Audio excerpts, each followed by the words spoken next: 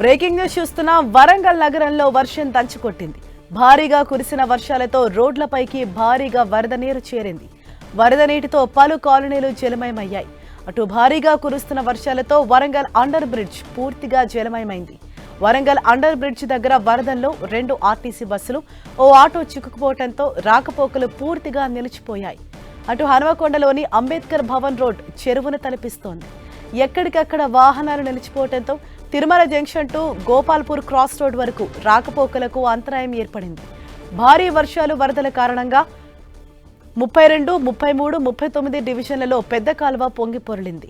పెద్ద కాలువ పొంగి పొరలటంతో ఇళ్లలోకి భారీగా వరద నీరు చేరి కాలనీ వాసులు తీవ్ర ఇబ్బందులు పడుతున్నారు.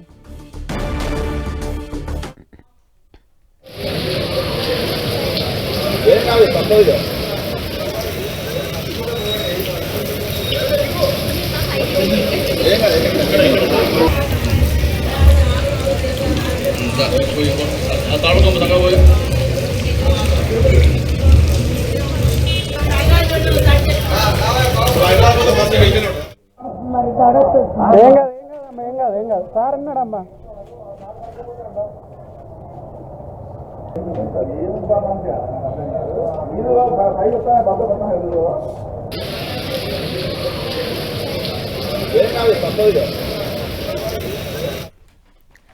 సో వరంగల్ కురిసిన భారీ వర్షానికి పూర్తిగా రోడ్లపైకి వరద నీరు చేరటంతో తీవ్ర ఇబ్బందులు ఎదుర్కొంటున్నారు ప్రజలు. మరింత సమాచారంతో మా ప్రతినిధి కుమారస్వామి మనకు అందుబాటులో ఉన్నారు.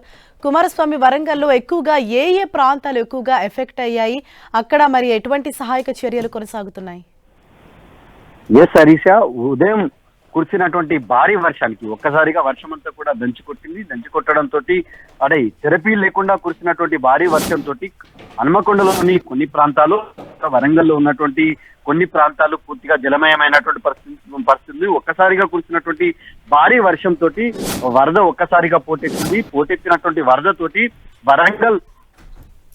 వరంగల్ ప్రాంతంలో ఉన్నటువంటి నట్టనడిగి వరంగల్ అండర్ బ్రిడ్జ్ ప్రాంతం అంతా కూడా పూర్తిగా నీటితోటి నిండిపోయినటువంటి పరిస్థితి ఉంది. అదేవిధంగా వరంగల్లో ఉన్నటువంటి తిరుమల జంక్షన్ టు గోపాల్పూర్ పోయేటువంటి క్రాస్ రోడ్ ఇది ఉందో అక్కడ కూడా భారీ ఎత్తున వరద పోటెత్తడంతో అక్కడ కూడా రాకపోకలు పూర్తిగా నిలిచిపోయాయి. వరంగల్ నగరంలో ఉన్నటువంటి 32, 33, 39 డివిజన్ల లోపల సమీపంలో నివాస ప్రాంతాలకు సమీపంలో ఉంటుంది పెద్దవాగు ఉంటుంది. పెద్దవాగు పొంగి పొరలడంతో ఆ పెద్ద కాలువ పొంగి పొరలడంతో పూర్తిగా అక్కడ ఉన్నటువంటి లోతట్టు ప్రాంతాల్లో ఉన్నటువంటి ఇళ్లలోకి నీరు వచ్చి వరద నీరు వచ్చి చేరింది.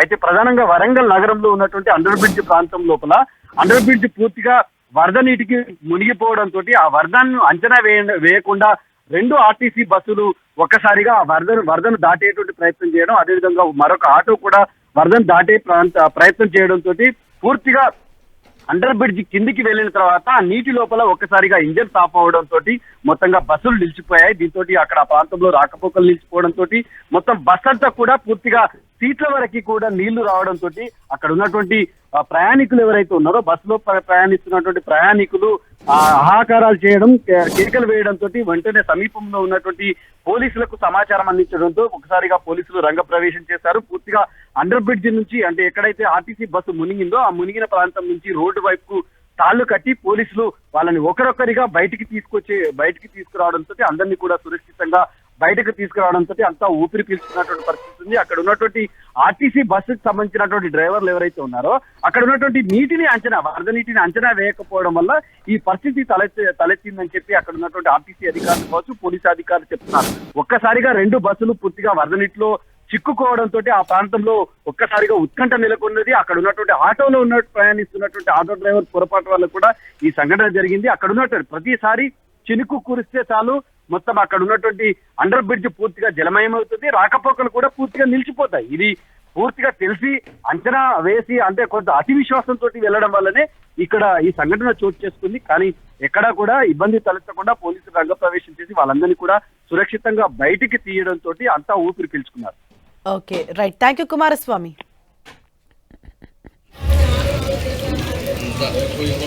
తాళ